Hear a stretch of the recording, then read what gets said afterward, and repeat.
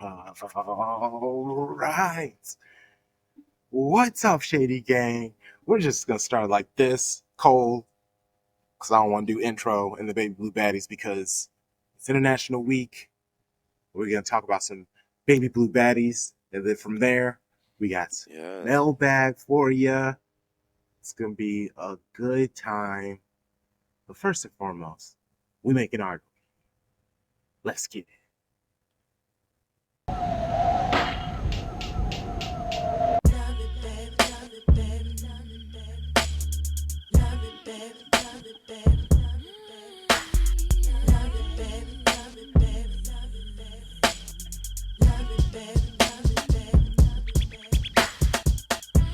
Baby, you don't know what you do to me. Between me and you, I feel a chemistry. We should, just because I am trying to be forward focused, like, you get to enjoy a win for 24 hours, but then after 24 hours, you got to, set yourself up to the next task. I'm going to go back actually to the Conti Cup match because we do have a Conti Cup match midweek.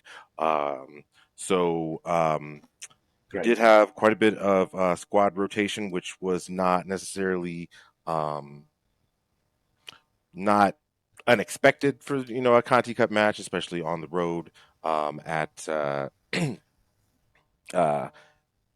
on the road in a cup match with at Liverpool. So they're going to have a rotated squad as well.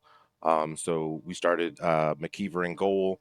We're still putting Blackstad as a left back. Esme Morgan, Steph Houghton, and Kirsten Kasperai was the back line.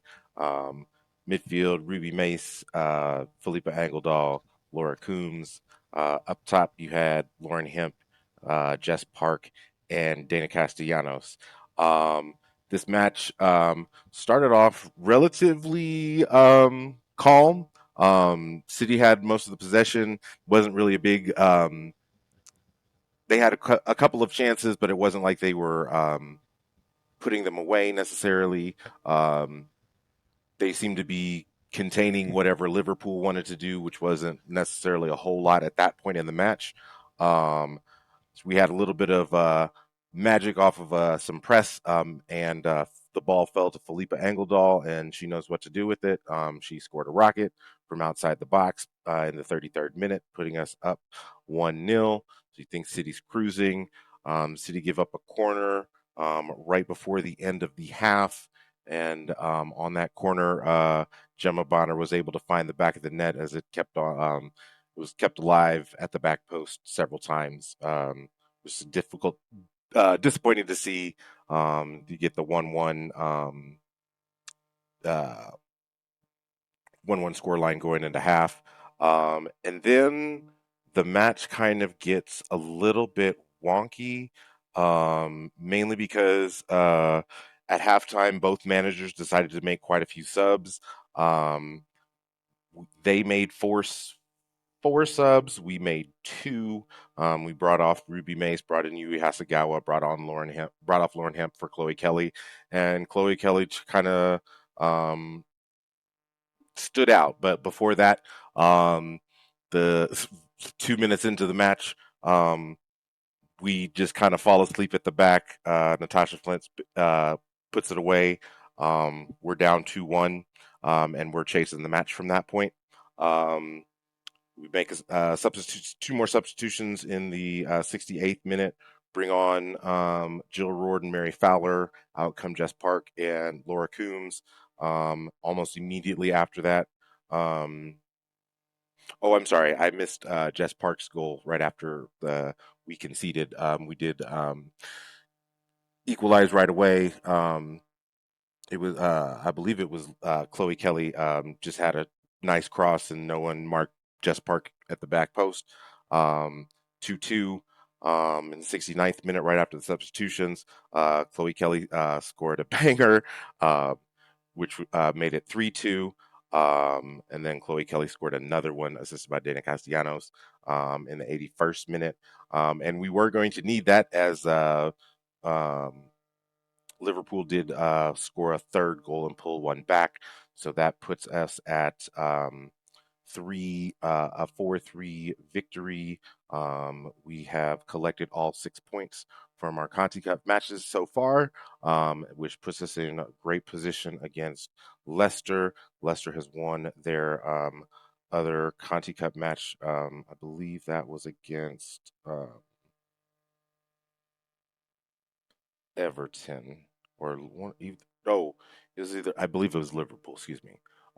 So we are in good shape heading into tomorrow, or excuse me, Wednesday, with the Conti Cup match against Leicester.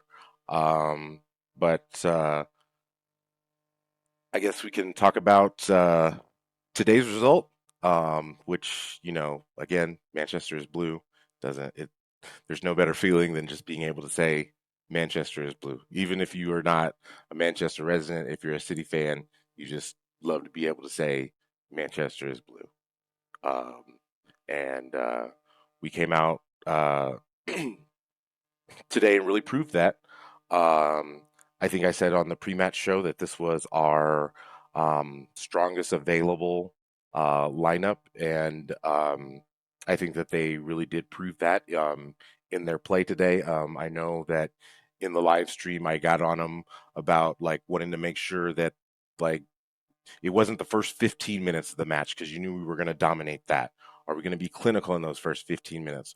Or if we're not clinical, are we going to switch off in minutes 15 through 30, which you could definitely say that Alex Greenwood holding out both of her arms, Charlie. I think that you made the point that she was just out there flapping. He was playing basketball. He Yeah, forgot yeah, what sport yeah, he was yeah. playing. She He made was out herself here, big. Yeah, she made trying to herself get a big. wingspan Yes, out exactly. here, Like she defending. was defending. Yeah, she was Made herself defending. real big. Yes, too big. Too Too big. big. Outside of the frame of her body. Outside of the frame of 3 or 4 people's bodies. Correct. Correct. So in the 19th minute, you see a very obvious handball in the box on Alex Greenwood. Katie Zellum comes up to take the penalty. Props to Keating to getting a hand on it. Maybe if she we've already talked about like how like she has very long arms for her height. And she was able to get, maybe if she was like 2 inches taller, she would have been able to get to it, but maybe not because like she had to get down pretty quick because it was a pretty low shot. But she got a hand to it, wasn't able to keep it out of the net. 1-0 United. We are all like I know Crunk, you had all of the nervousness vibes, and I know that did not help you any at all at that point. So what tell the audience who weren't able to join us for the watch along where your mindset was at in the 22nd minute. It wasn't the best.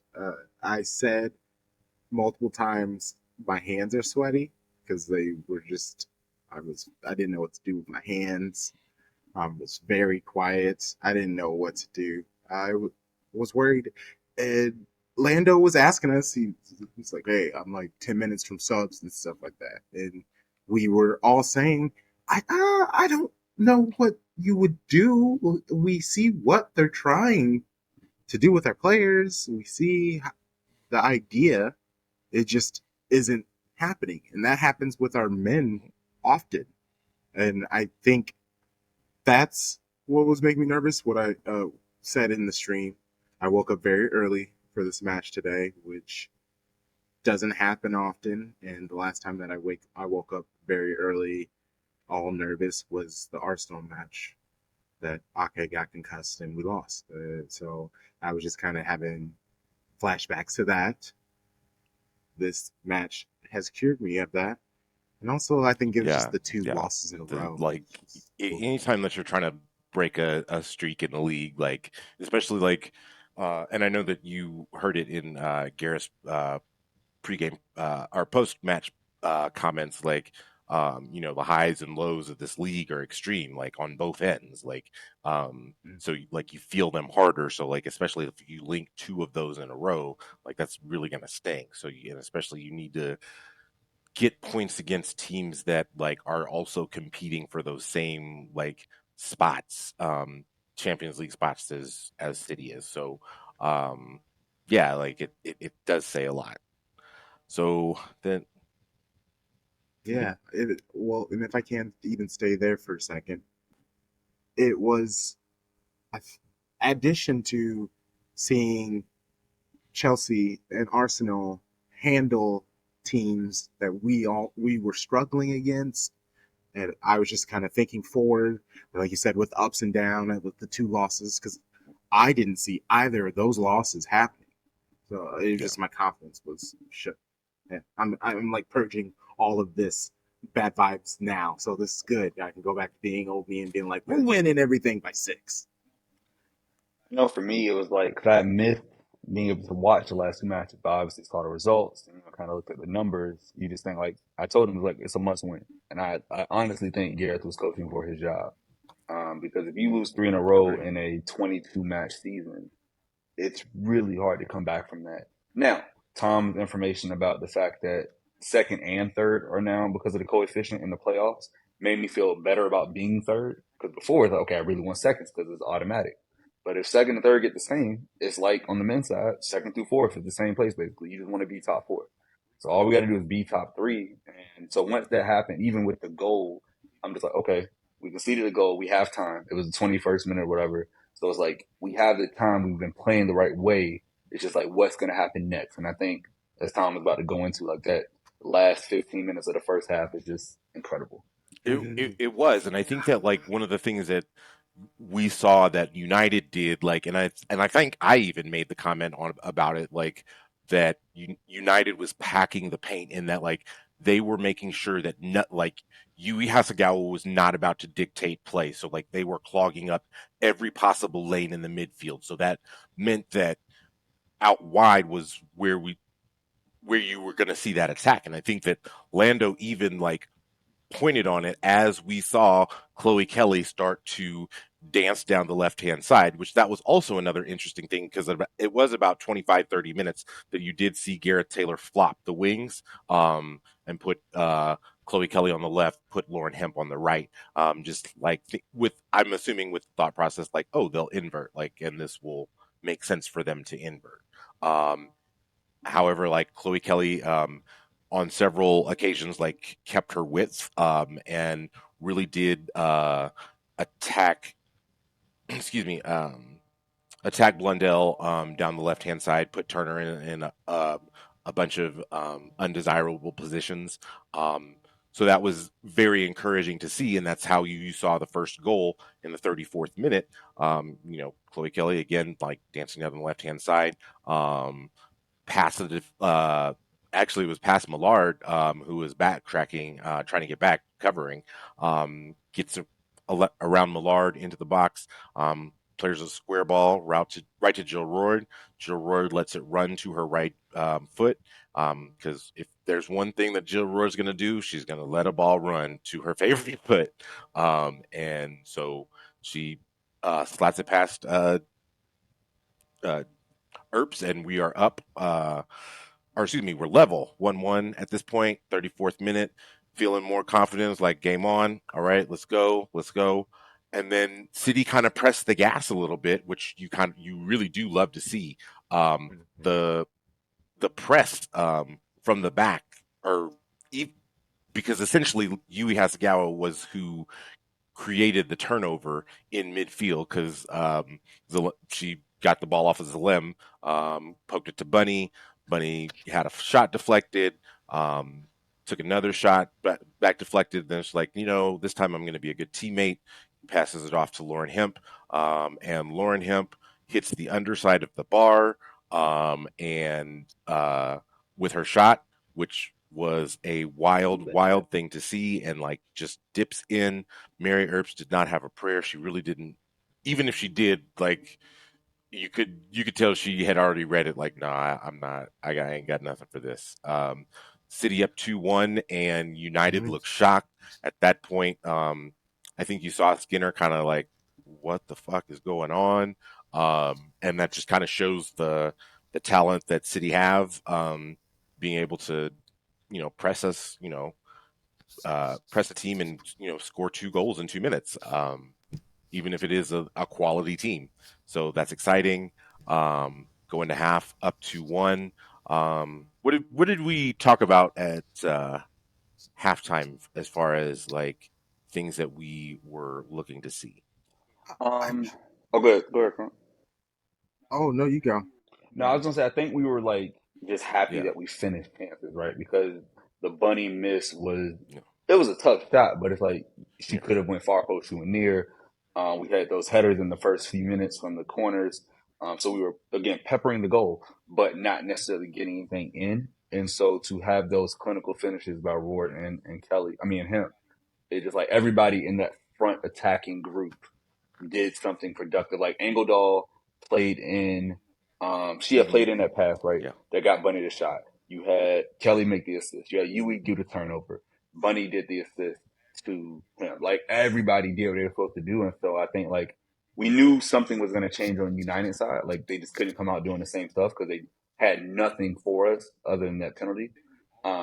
I think we also have to talk about the fact that that ball that went to JC, it might have been in if they had VAR. I Like we got kind of bailed out. It was a chance. Like yes, it was really close because that's what yes. happened against Newcastle, right? It's like if you look at it from a certain angle, they might be able to pull it back, but probably because they caught it I out of think we thin were air. just lucky because yeah, yep, that's exactly what I was gonna Yeah, say. Which That's exactly what I like was gonna say. I So it yeah. it will be interesting to see what the conversation is for WSL going for the 24-25 season. If that is something being able to have VAR when a lot of other professional women's leagues are able to have it. You hope it comes to WSL. I don't know, but that also means that they have to be playing in better stadiums than they are now. Okay, moving on. Half opens. They made a bunch of changes at half time, if I remember correct. Oh no, just one change because they subbed on Just the one. Jade Revere for Nikita Paris, who Nikita Paris offsides 4.5 times. Um, ouch. That's not what you want. Um, Yeah, it's that's looking wild. kind of uh, like Servando Carrasco's wife. And I'll let y'all Google that. Um, I like the way you said that. so uh City again dominating possession, creating a few chances in the first few minutes. And then I don't know what Letitia was really thinking about, and I know Charlie, you had said that this is more on Earps, that she should have gotten it to Letitia or instead of like trying to hoof it. I'm not sure that I still blame that terrible back pass on Letitia for that. But they all count gravy in the same for us because Mary Earps tried to hoof it and Bunny was on her press game and she deflected the ball right into the net, like from outside the box, rolled right in. 3-1 City, and City never. It didn't really look like City would have much of a contest. I do want to say that we wouldn't be. It wouldn't be a City women's match this season if there was not a red card in this match, and this particular red card was to Laya Alexandri for the accumulation of yellows. She got yes, I just want to say that that was one of the most. It was one of the poorest decisions to take that yellow because it's not a tactical foul because you're already on a yellow card. You are in transition. You're not like on a breakaway, so there's not an imminent threat of goal. There's another player beside you, right? Like running with the running with Garcia. You also have three of your teammates that are looking at Garcia come towards him. So like all in all, Alexander just lost her head and like she panicked, right? And it sucked to see it, but that's all it was. She was panicked, and I got to reach out and try to stop her. And the ref, who was I think really, we got to like give refs credit when they have a good match. The ref made every call decisively. I don't remember anything that I saw that was like, dang, what are you talking about? Like the cards were cards and the fouls were fouls. And I thought it was like a really well officiated match from all involved. And yeah, it sucked to see for us, but I think, as we'll talk about, like you have to go through adversity. And the fact that this wasn't the first time we've had a red, I yes, think is actually helpful. Like we yes, know how to handle being down a woman, sadly, but this is something that happens. And I think Gareth, he got everything right from that moment on, and using all three windows And I perfectly. definitely I will understand if someone says that her first yellow was soft, but like she did smack Ella Toon in the face, and like even if that was not necessarily her Yeah. intent, like her arm was like in that was dangerous conduct essentially. So I get it. But yes, to Charlie's point, like from then on in the match, like we didn't really put a foot wrong. You know, we had those before we made a sub. We had those like few minutes where we have Lauren Hemp playing left back again, and then we say, "Oh no, no, no, no!" We got Christian Kasparai back onto the pitch uh, uh, for Bunny, who Bunny put in 75 minutes of a hell of a shift, even though like, and she got knocked around like twice, like the match stopped for her head injuries, which I guess is a theme for later on in the match because good lord, um, I don't remember it being that many minutes. But Bunny put in a hell of a shift. Fatmob had her as their player of the match. Then they made a few subs. They decided to put another striker in Rachel Williams and bringing on a different 10 in Miyazawa over Ella Toon in the 77th minute. And they simply were not moving the ball fast enough to like create any chances. They were like, I think that it was about the 80th minute.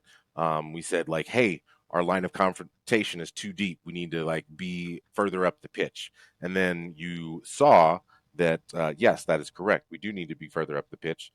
So we brought on a whole bunch of more subs. We brought on Steph Houghton for Yui, Laura Coombs for Chloe Kelly. And then we started moving that line of confrontation higher up the pitch. And then right before stoppage time was announced, just to get some fresh legs up top to run onto, like just have an outlet.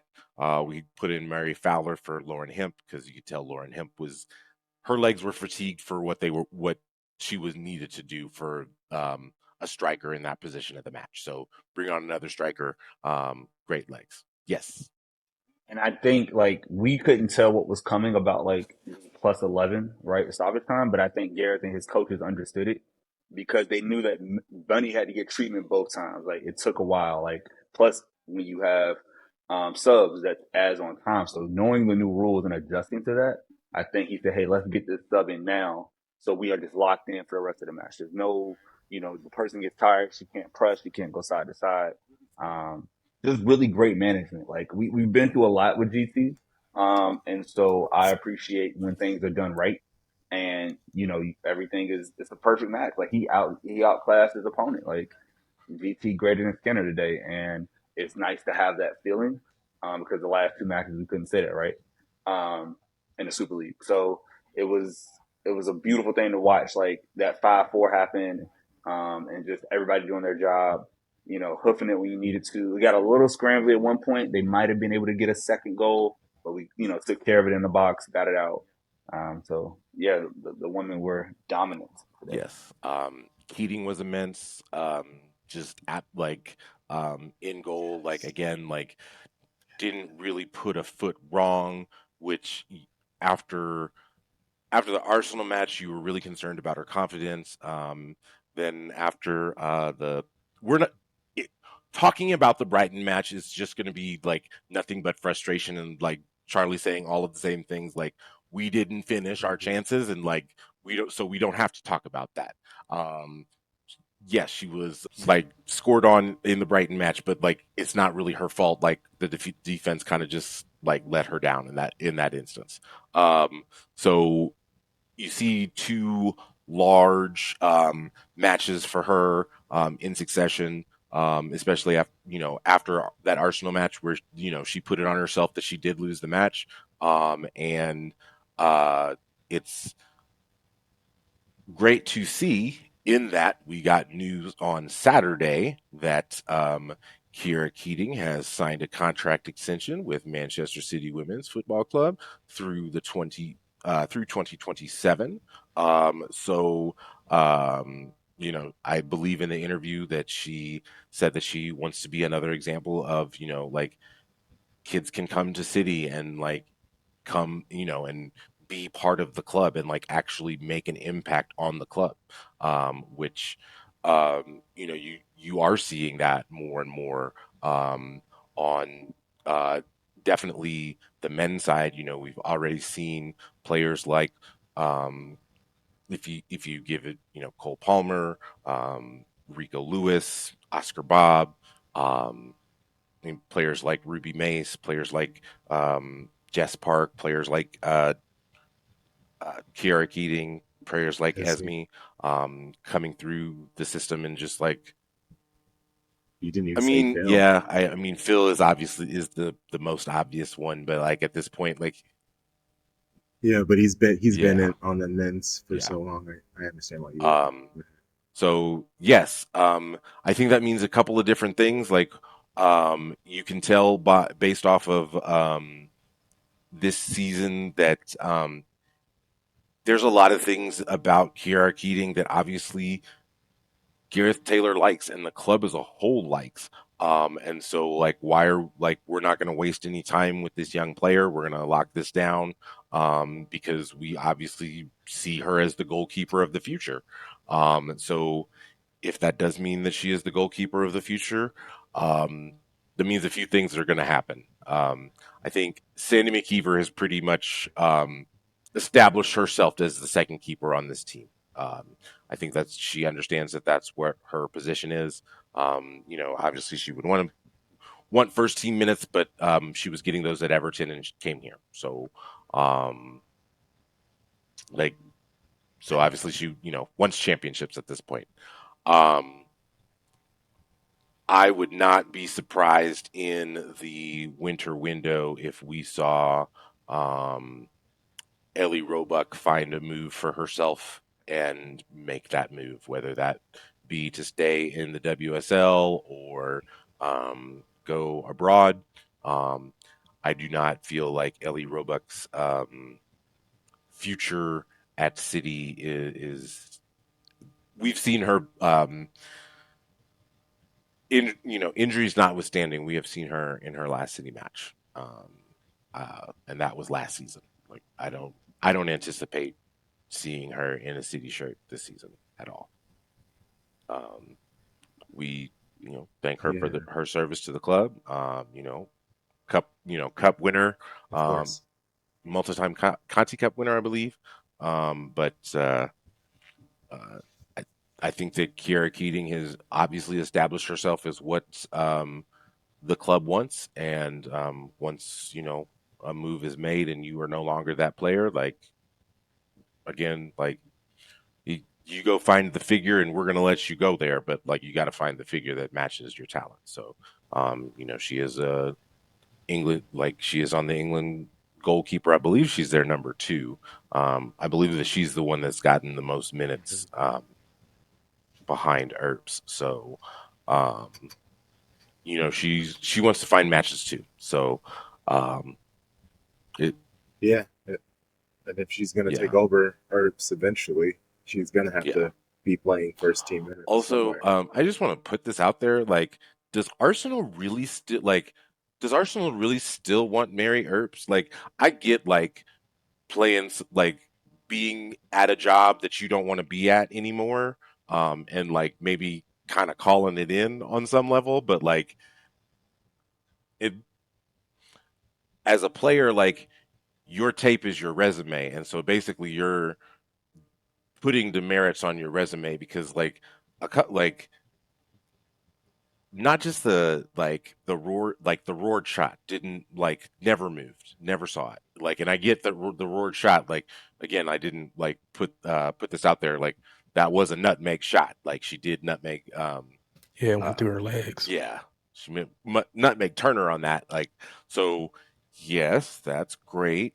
And like you would hope that your keeper would be able to do something about that, especially if like she's supposed to be like I think it's not unfair to be critical of Mary Earps in that, like, if she is supposed to be the best goalkeeper in the world, how is she showing that? I mean, and even her body language isn't the best. I, she is a great keeper, but yeah, you can definitely tell she's No, not she happy she to be she don't want there. to be there. She don't want to be there at all. I mean, I feel it. I feel it for sure. Uh, I any more on the match because we were talking Roebuck's Oh contract, so I no, figured that just would be a good place to go next. Is contracts.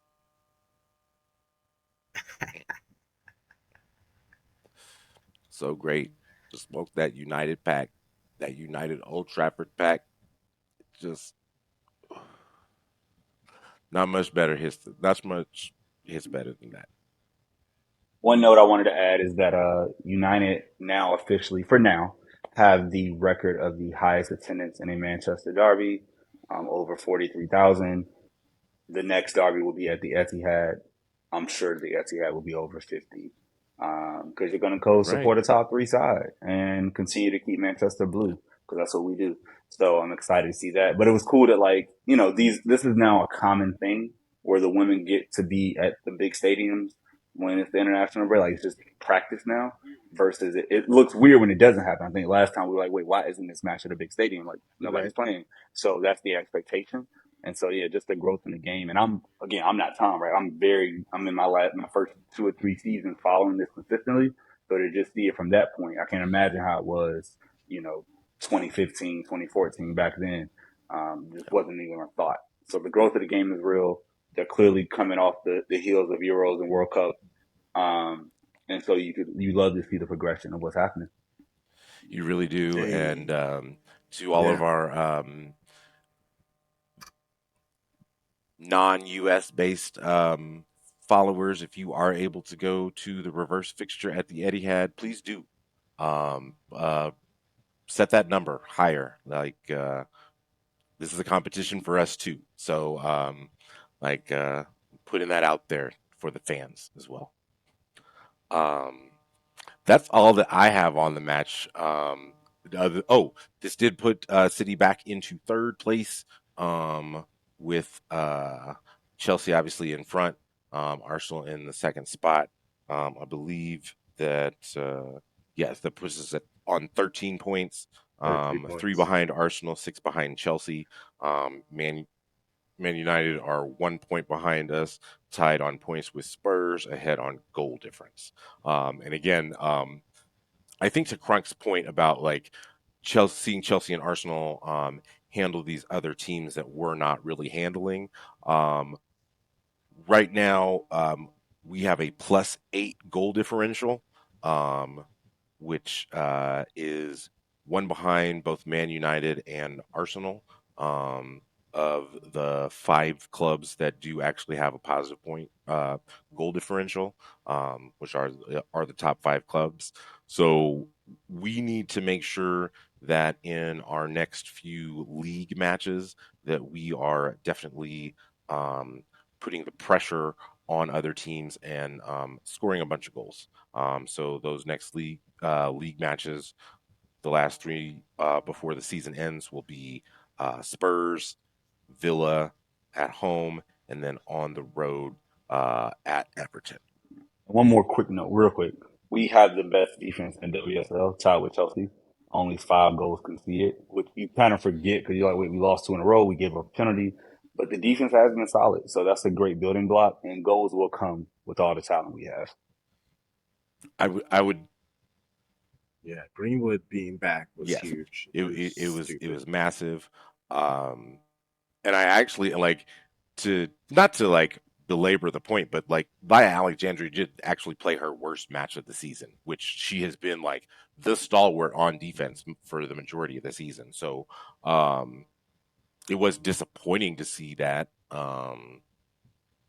uh, red card or that's 2 yellows, but again, you do have to realize that she's only 23. Like, I think that we sometimes forget how Yeah, because she came in and was so good for us right away. Um, she like she has a veteran game. Like she doesn't like in most instances, she doesn't play like she's 20. Like she doesn't play like her age. Which, and I say that as a compliment. Today, I think she played like a 23-year-old player. Like I think she saw Lucia Garcia and like it was one of those like, oh, we're in Spanish camp again. And Jorge Vilda is yelling some bullshit at us. So I think that it kind of flipped for her, and you hate to see it, but I believe that we will see her back in. I don't think she'll be eligible again until the Villa match. Yeah, because she got to miss. She'll miss the Leagues Cup match, and then she's got to miss a league match as well. Hey, Yes, Kirsten's gonna get some playing time. Kirsten or maybe Julie Blackstad too. That's what I was gonna say. Our Blackstad, and I know how we feel about Blackstad, but I was chatting with people on social media about the contract extensions, who we would want, and this was before the Keating contract extension was announced. She naturally was first on the list.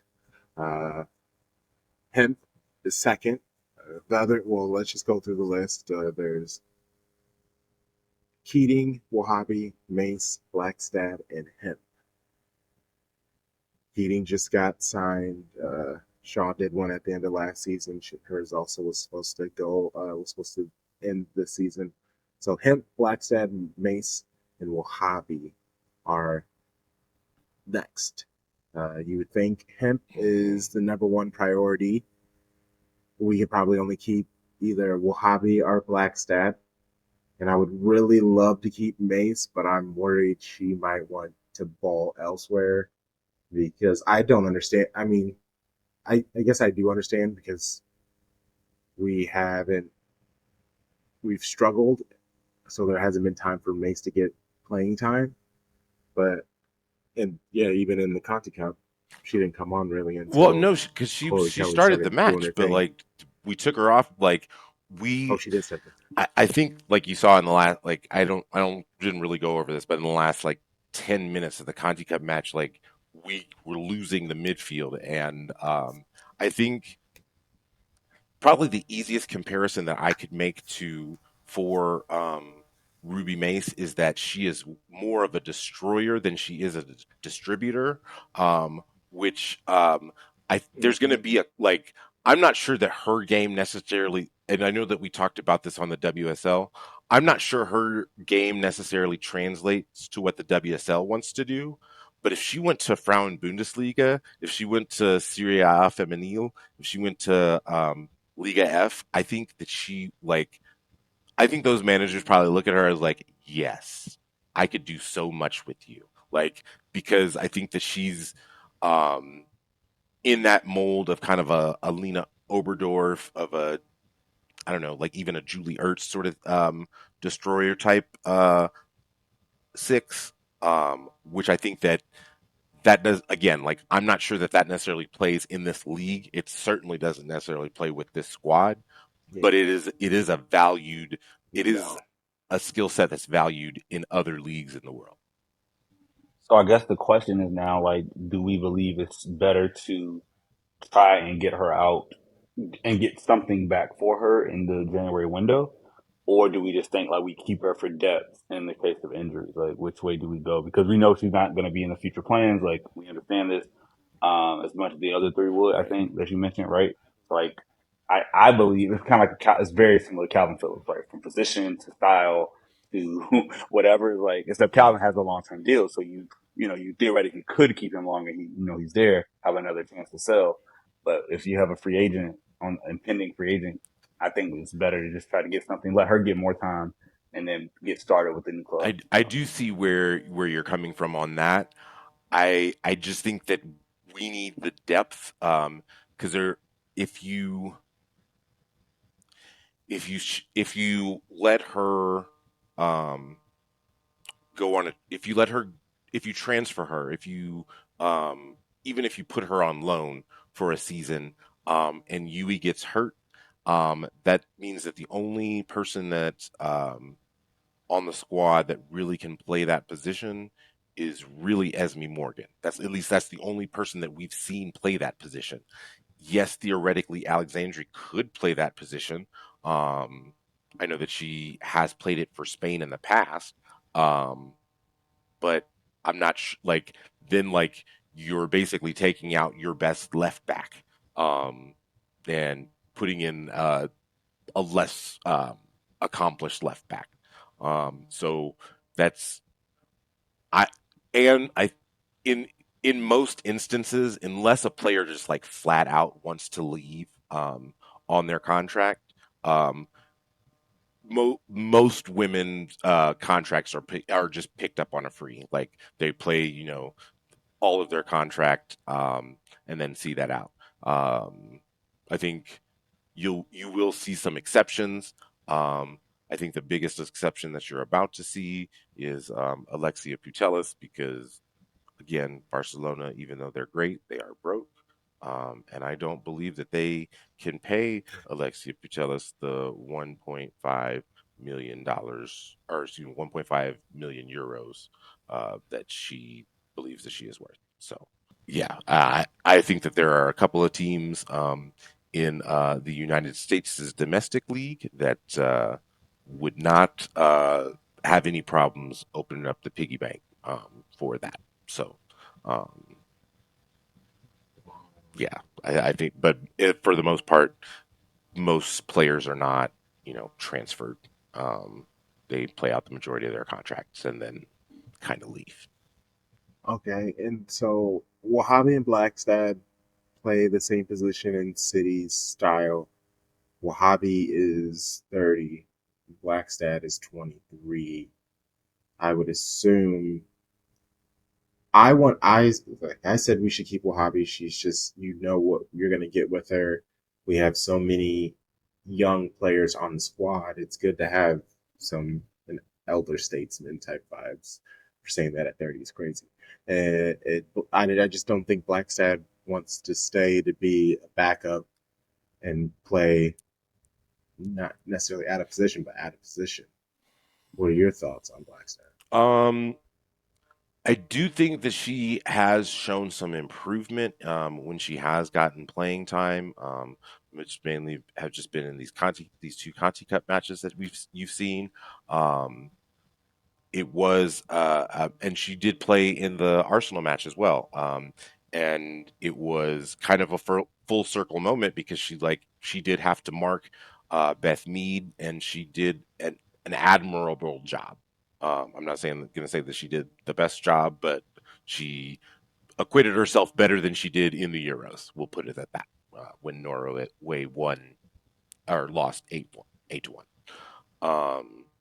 Usually, like in any sport, regardless of like what it is, like my team building philosophy is that you never want to cut off avenues for young players to play by signing a player who's on the other side of 30.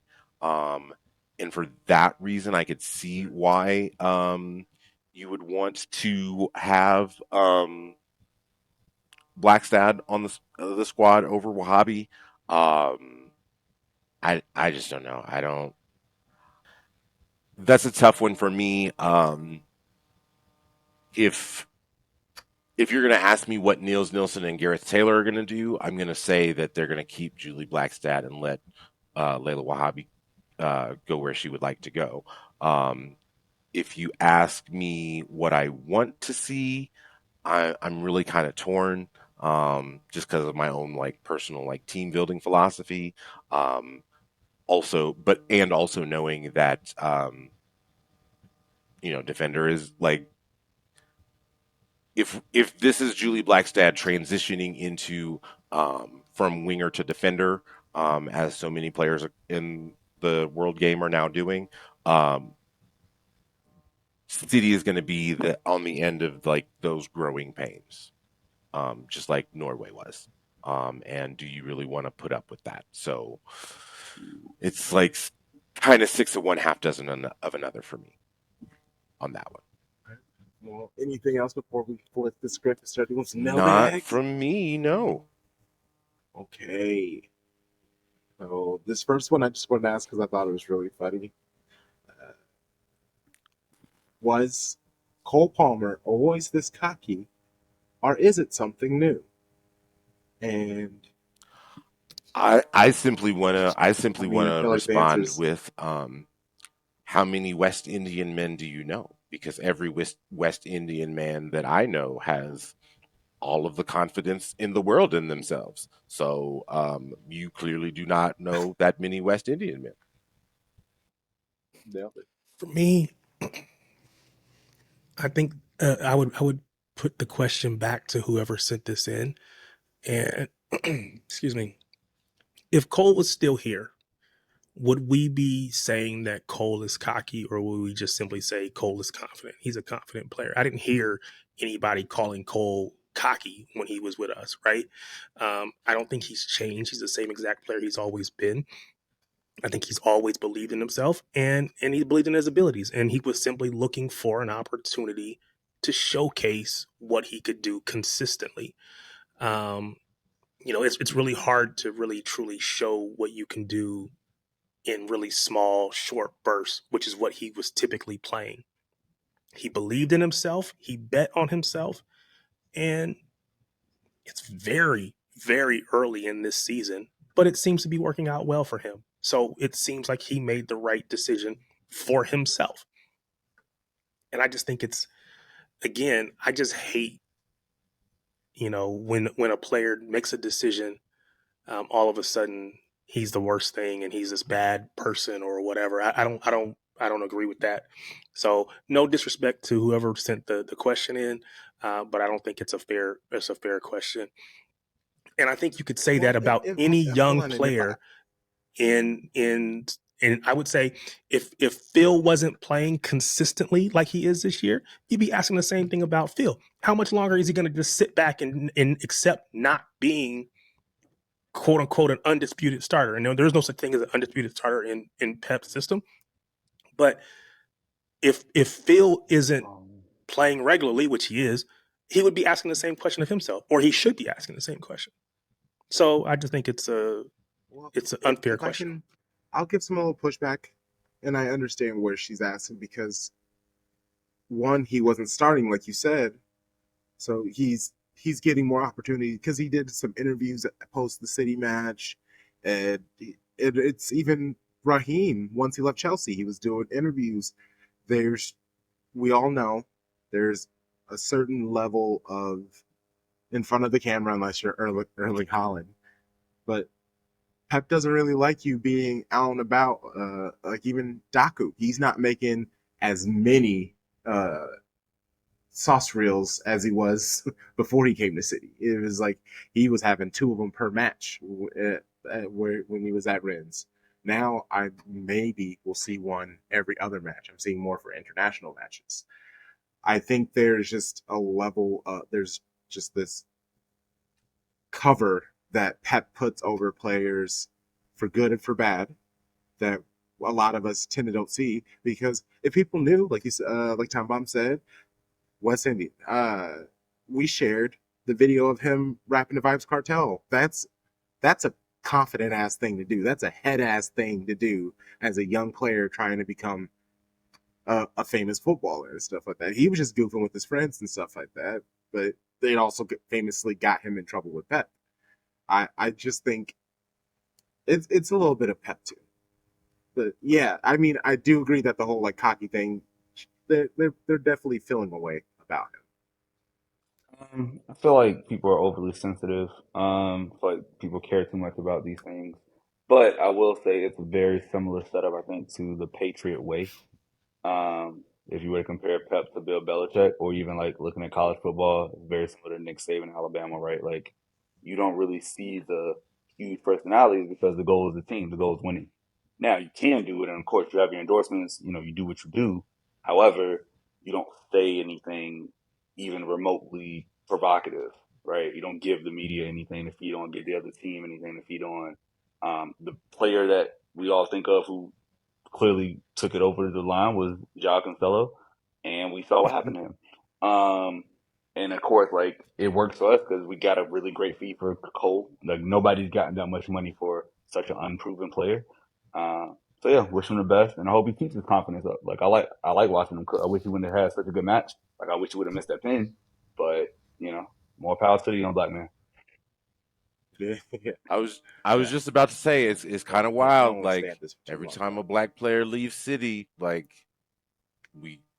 they're the topic of conversation at City. Like Leroy Sané, Raheem Sterling, Cole Palmer, all black players. Man, I can't wait to get Leroy back. They No, want him back so we bad, not but they addressing want him that. We're back. not addressing that. Nope. Don't worry. I won't. I I'm will recording just about state that. for the record that Anybody I've ever tries to ask always it, I'm gonna been ignore pro it. Leroy Sané. I've never been anti. If he This is wants to true. come back, I will always root for that black man. I love him. But the prerequisite for him coming back, my prereq, is he's got to grow the fro back out.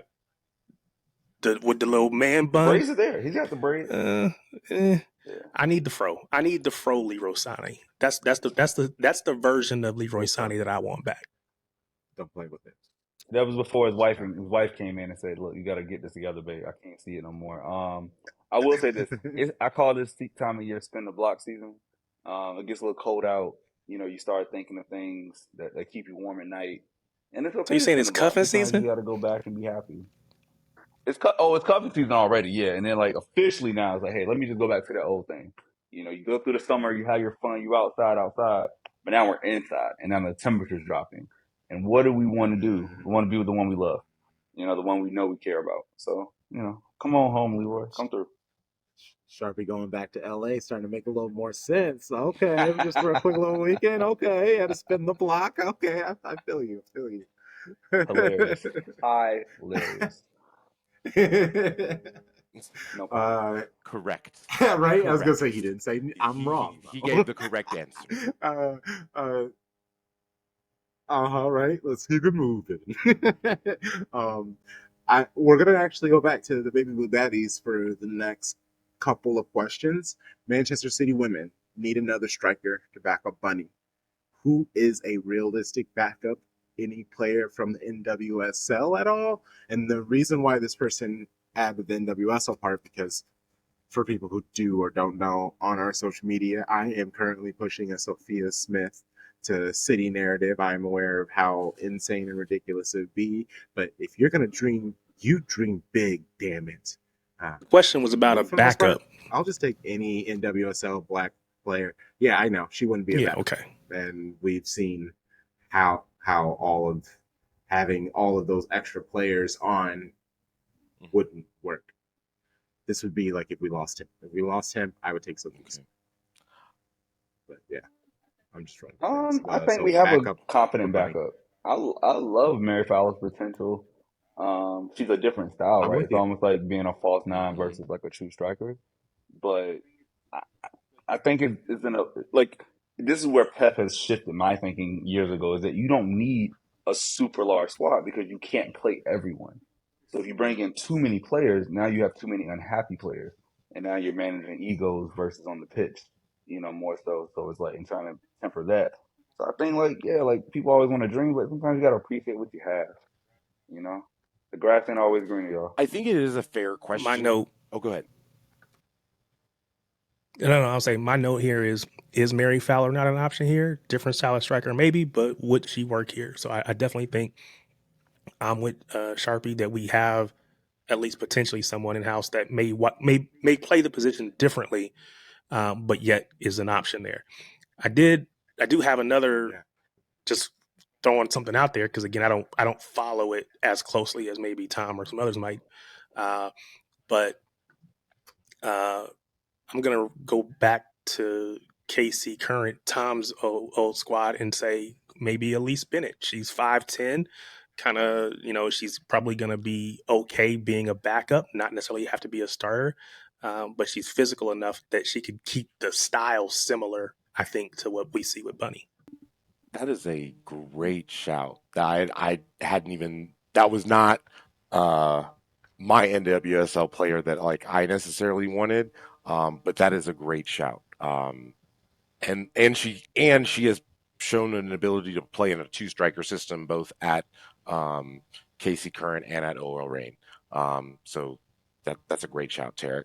I think for me, I don't necessarily disagree with the question, mainly because I look at Mary as like a versatility piece, because she can play on the wings, because she can play as that that false nine type striker, because she can play in the midfield as that creative influence. Like, she doesn't have necessarily a designated role, so maybe it would be not the worst thing in the world to have like a designated um, backup striker to Bunny.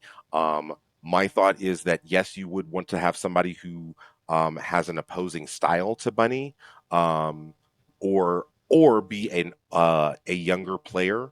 Um, if I were to call out an NWSL name, I'm going to go ahead and say Alyssa Thompson of Angel City would be an interesting option. She has all of the pace in the world, and she's great on the ball. And like, even for her size, which is she is markedly smaller than Bunny, she does hold the ball up relatively well in NWSL play. So I'm gonna shout out her, honestly, if I were to pick a potential backup to. And that's funny because when you were talking, and you like, got to go opposite of Bunny. I was like, okay, I'm with you.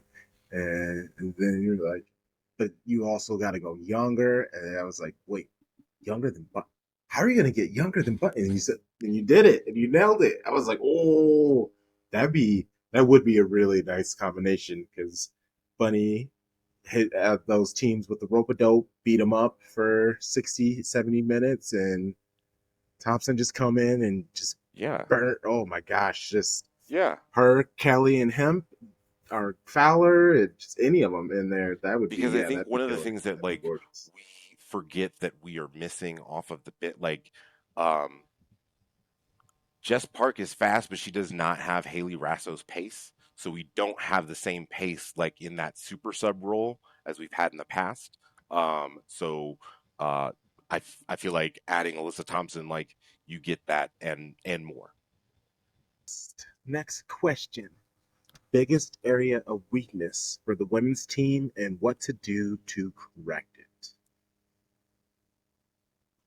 I feel like this was someone trying to talk about Gareth, but not talk about Gareth. Mm, I'll go real quick. I'll say this. It's not about replacing players. It's the development of players. Like what we saw today from Lauren Hill, what we saw from Jill Ward. It's the problem we had last year where there weren't enough goals outside of Bunny. I just think other players have to be more clinical, and even Bunny, right? She has to get better at finishing. That's it. Finishing is our weakness. How do you get better at finishing? Clearly, just practice, time, effort, repetition, all those things. Like a natural progression, because age is a thing. Like you want your finished product at 23, 24. So actually, our front three is just not even at their peak yet, not even close to it. And so, like, Yeah. look at Beth Mead at Arsenal, right? Like, Beth Mead wasn't the player she is now, like, or pre-injury, right, at Euros until recently. Like, she got better. And so I think Hemp and Kelly are on that same track. And I compared doing a watch along Bunny Shaw to Sam Kerr. She was hot, she was hot, but she got her work in years in the NWSL before she came over and then started taking over the world. And so I just think, like, it takes time. So I think finishing. I Good job. think there's like, I'm gonna make this argument. I'm not sure how much I believe in it, but I'm gonna make it. There's an in this year's squad, just talking about the set of results that has happened this year, there seems to be a um, sometimes we switch off and like are not always aware of the situation. Like, I'm on a card, or like, I can't take this card, I can't take this foul. Like, and that has bared out through the red cards, like, even like Keating at Arsenal, coming out like for that ball that she couldn't collect, and then even having her hand up, like being outside of the box. Just so I would say that there's like a mentality, like we're not always 100% mentally sharp for the full 90 minutes. And if I were to say that to me, that is the team's biggest weakness. Saying they got that Ramsdale effect. Have you seen that No. video? Ramsdale was, oh my God, Ramsdale was with Righty and some other person, and it was just like an interview. Ramsdale goes, you know, if I have to stay focused for an entire football match, we're screwed. I have to every like 10, 15 minutes. I need to have a chat with the fans. If it's make fun of them or whatever, I need to just not pay attention to the match for like 45 seconds or so. And then I'm good for another 20 minutes. They clipped to Righty's face. He legitimately was just like, what the fuck? I think that interview happened and Righty immediately went to Arteta. It was like, get this motherfucker out of here. Okay. And that's where Okay. Riot came.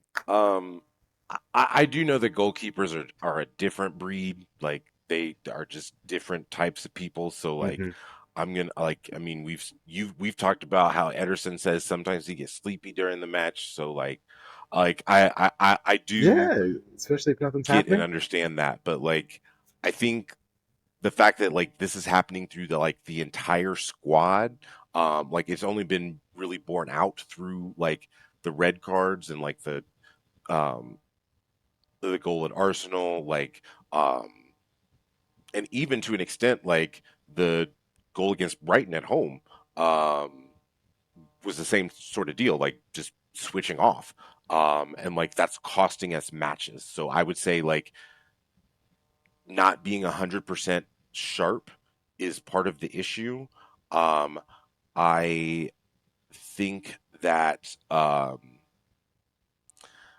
think that that's a leadership thing, and I think that how do I say this? It's difficult. Okay, even so, the first season that we started podcasting, right? That who was the captain for the men's team? Fernandinho, right? Fernandinho was only supposed to get emergency minutes. Like he was not for real the starter.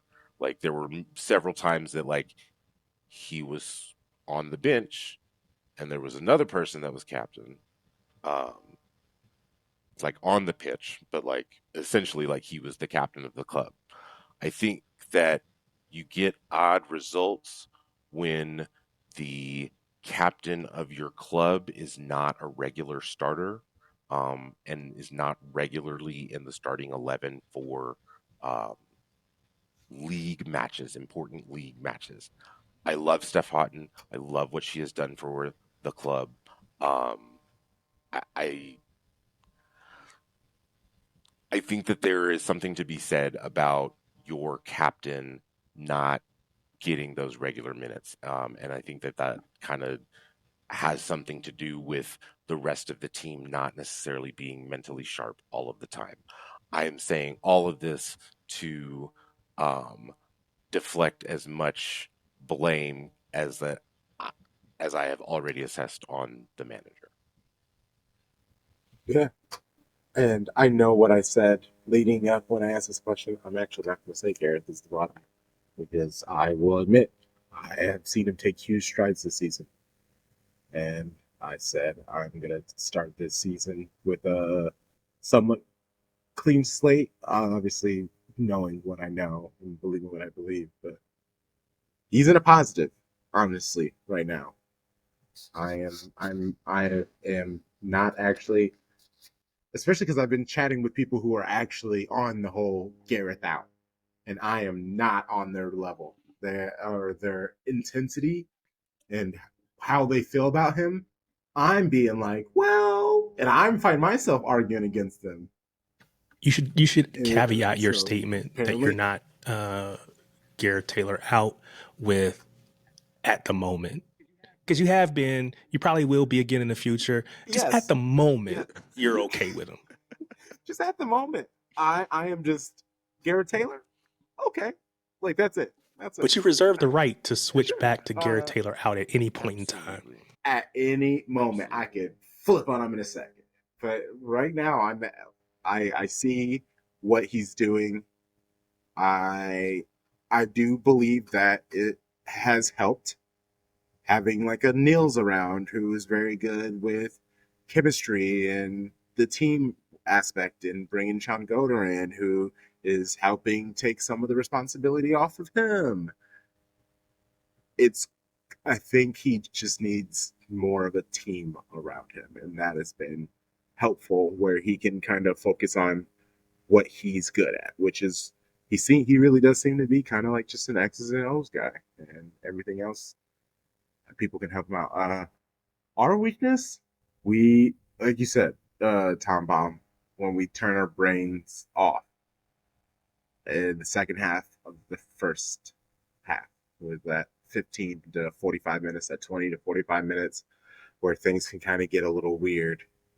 If we can just hold on to that consistency, we tend to start hoofing balls a lot more, a lot of less connecting passes, get a little more direct, even though it's you don't really have the players to support yourselves.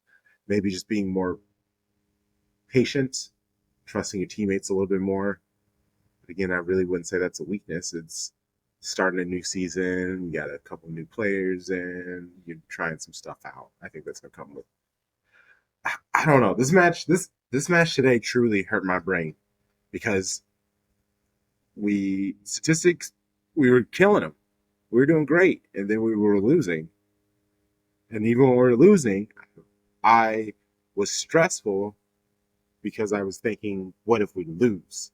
And then what if we lose? What comes from that? Potentially Gareth leaving. And it was just long story was stressing me out more than what was happening in the match.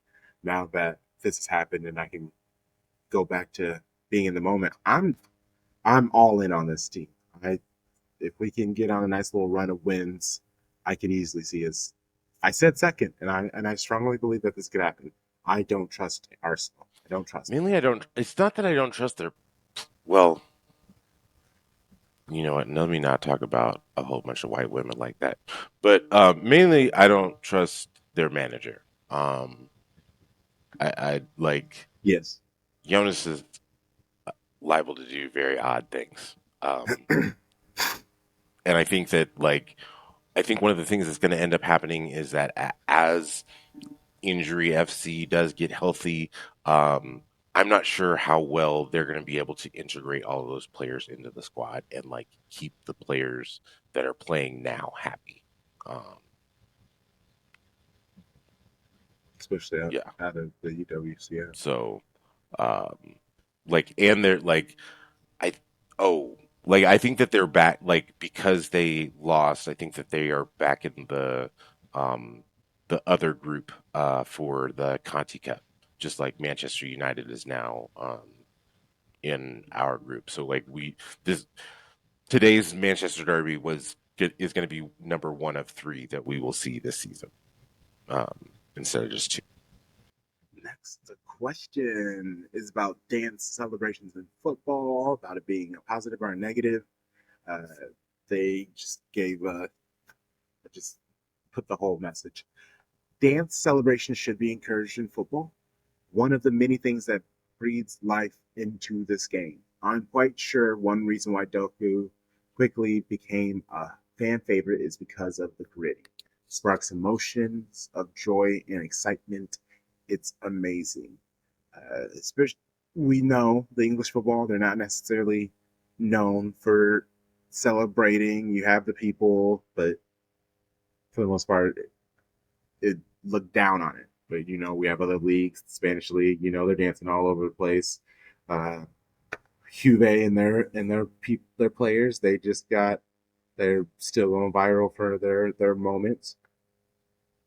I feel like I know what we're all gonna say. So yeah, what are you all gonna say? Good, bad for football? I am decidedly pro celebration for goals. I don't care if it's a dance or any other type of celebration. If you score a goal, you deserve to celebrate that goal. This isn't like American football where you make a tackle, you get up and that's just one play out of a million. No, but if you score a goal, you deserve to celebrate. My issue is I am ready to see a full on kid and play kick step routine. I'm an old man. I need someone to take it back to my generation. So one of the dances that I know and I can recognize. So anybody that wants, if Doku wants to go out there and kid and play with Kyle Walker or somebody, I'll be all for it. I would love it. I'd celebrate it, and I would hype it up. So let's do that. That's what I want to see. Anybody can get that to Doku. Let's make that happen. Listen, if like I am old and from the Midwest, so if Bunny and Chloe Kelly want to hit the monastery after they hit score a goal, I'm down for it. See, Crunk, you know what the fuck I'm talking about. You know what the fuck I'm talking about. uh, um, Oh, yes, please. football is the world's game, and um, one of the things about this world is that in Europe is where all of the money is, and like it's been that way since colonization. Um,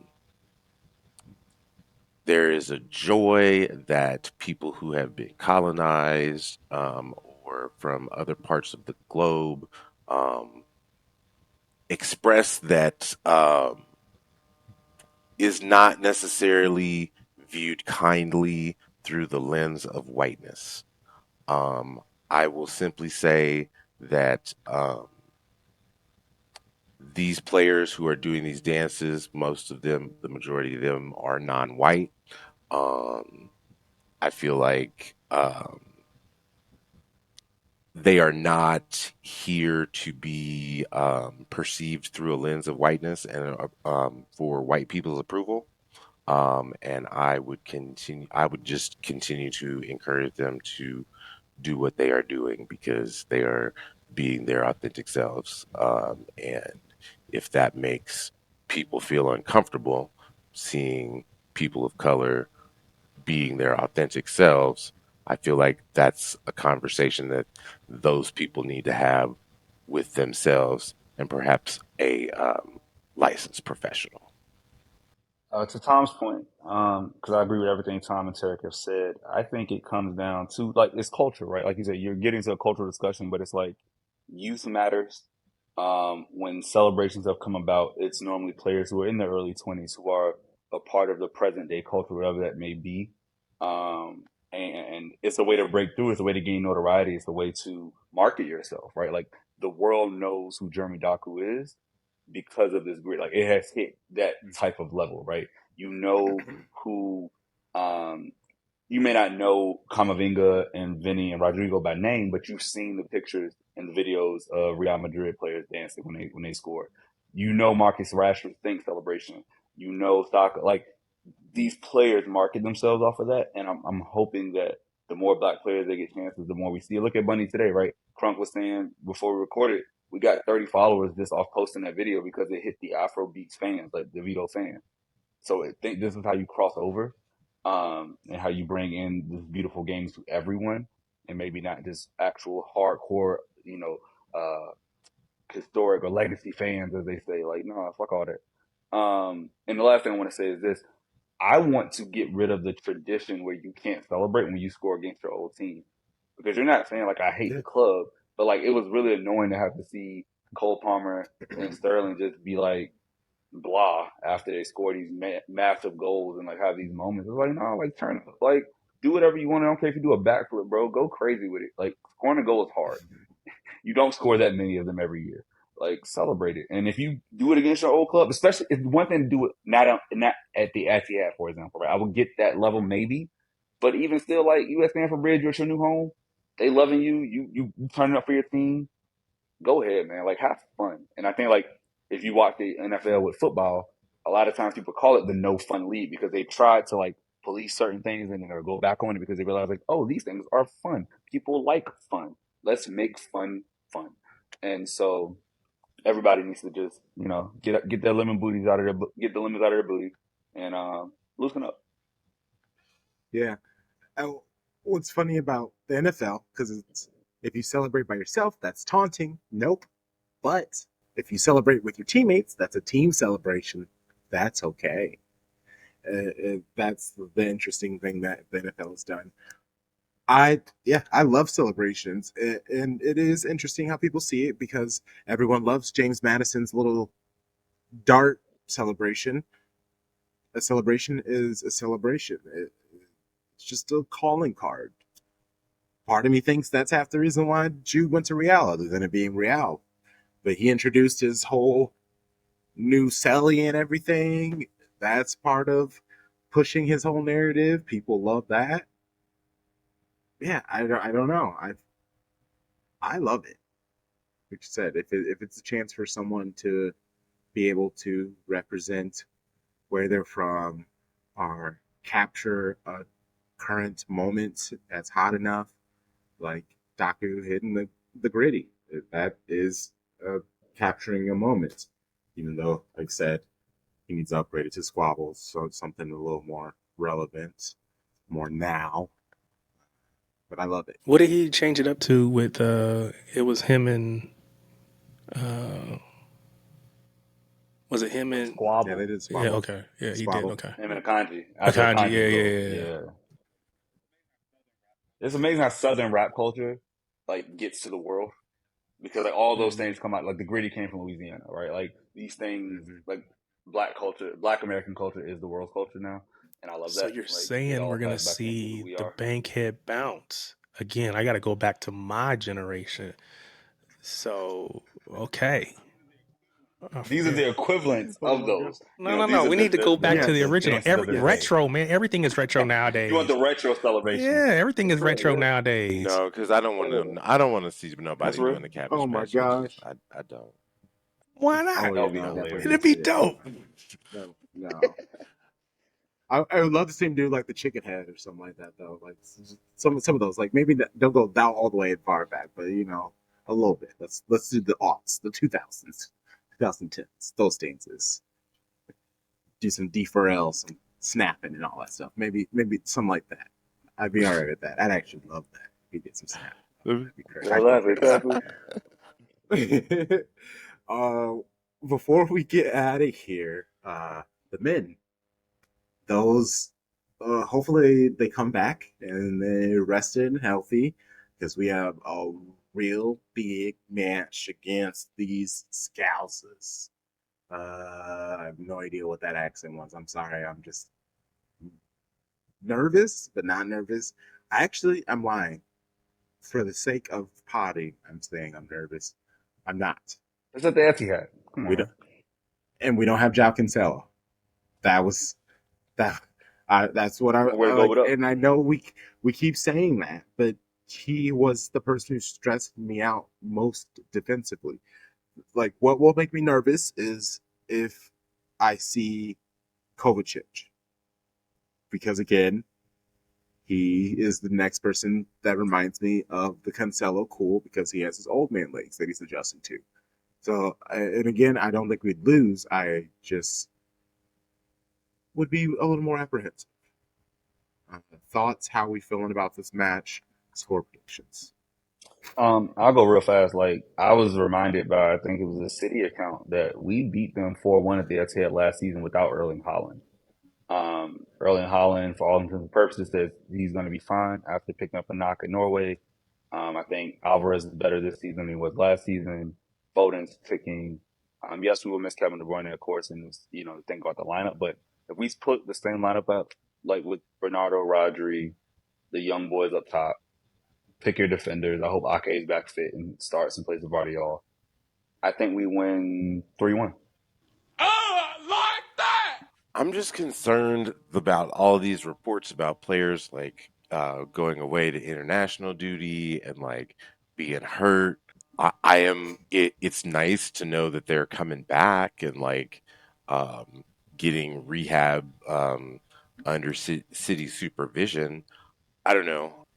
It wouldn't surprise me if with this extra time, um, we see like some weird new tactic that Pep is either going to be like, "Ooh, watch me break Jurgen Klopp's brain," and it work, or it's going to be like, "Holy fuck, what is Pep doing?" Like we're doing like Galaxy Brain Pep. What is happening?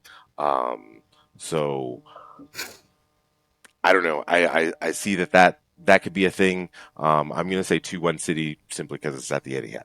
Yeah. You right over there, Sharpie? I got real nervous. What's up?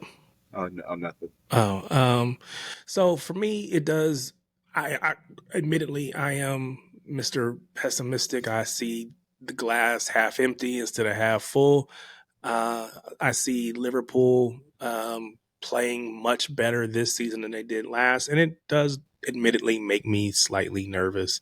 I really do want to just say because we're at the Etihad, we'll win it. I initially had 2-2 draw on my sheet because I don't think we'll lose because I never pick us to lose. But I think we're gonna give up some goals and hopefully we get enough to at least get a draw out of it. So I'm gonna stick with my 2-2 draw.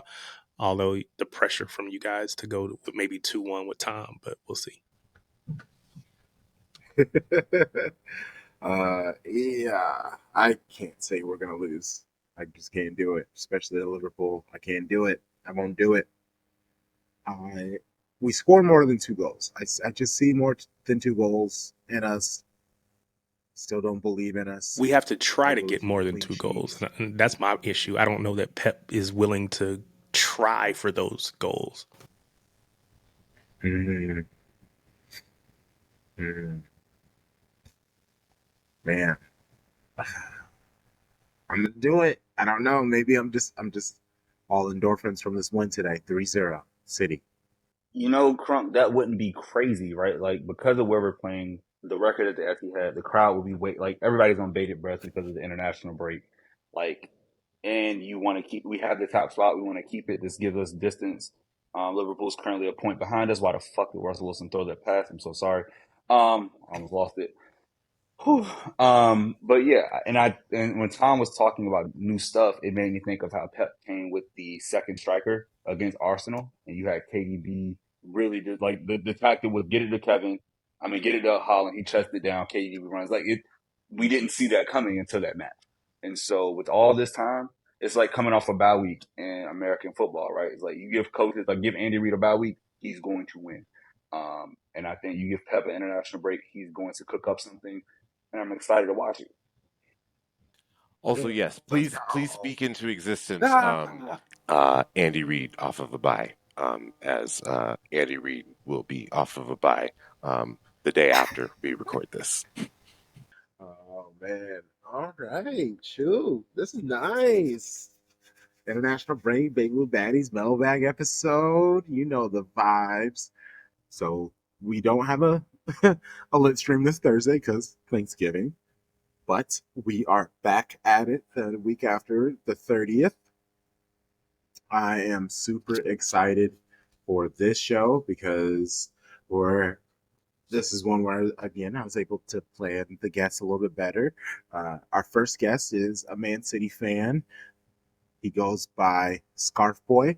On X, I think their name is Scarface, as in Scarface. Scarface. They've actually, when we were doing our giveaways every week at the end of last season, they were one of the people who won a scarf from us. Oddly enough, they just have a thing with scarves. They're a City fan. Also, I believe they are also a fan of a USL team, I believe, of some sort. Well, that'd be good to chat with them. Our second guest is actually very excited about this. Vince from Scuffed Podcast. We'll be having him on, so a good chance to talk about the U.S. national squads and things like that. Uh, I don't want to put it on him, but yeah, I was gonna say I'm pretty sure he also roots for a Premier League squad, but I don't remember who. Just for some reason, I think it's a team in red. Uh, And then our last guest is Megan Ward. Excited to have her on, get a chance to talk WOSO with her. This this is why I love about us. You people, you try to put us in a box that we're Man City, and then boom, you're gonna come see us on Thursday, and we're gonna talk about City and U.S. soccer, U.S. national soccer. We're gonna talk about women's football. I did shout out to RBL Talk, Justin Crozer. I talked with him about RB Leipzig. That will be out on Patreon, Breaking Bad, leading up to next week's match with Red Bull Leipzig. I was able to befriend him, bring him on to Litstream in the future. He's an Aussie as well, so we're just at our list of Aussie friends. I'm super excited. Sharpie pointed before we recorded, 5 months until our first SOB live event in Chicago, live in lit Chicago. Oh man, I'm so excited. Yeah, just the vibes are great. Looking forward to all the fun things with you guys, Shady Gang. My show bros, Tom Baum, we'll start with you. Please let people know how they can find you, get a hold of If you, there's all a those social things. media platform and I'm on it, my name is TomBomb816. THOMBOMB 816.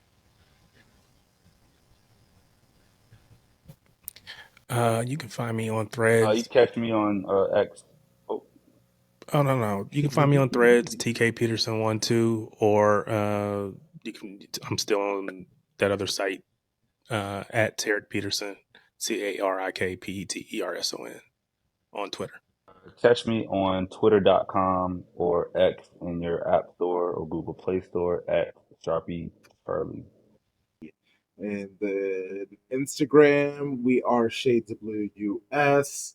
Blue Sky, that is me. So that is at crunkchocolate.bluesky.social. On Twitter, we are Shades of Blue Pod. And TikTok and Threads, we are Shades of Blue US, I believe, because the person who has Shades of Blue Pod also has Shades of Blue Podcast and Shades of Blue Media. You are not nice people. I don't appreciate y'all. So yeah, just type in Shades of Blue, you'll find us. We're on all the socials. We appreciate you. We will see you all very soon. You know the vibes. Shady Gang, Shady Gang, Shady Gang. A lot of niggas debating my numero, not the 3, not the 2 on the UNO.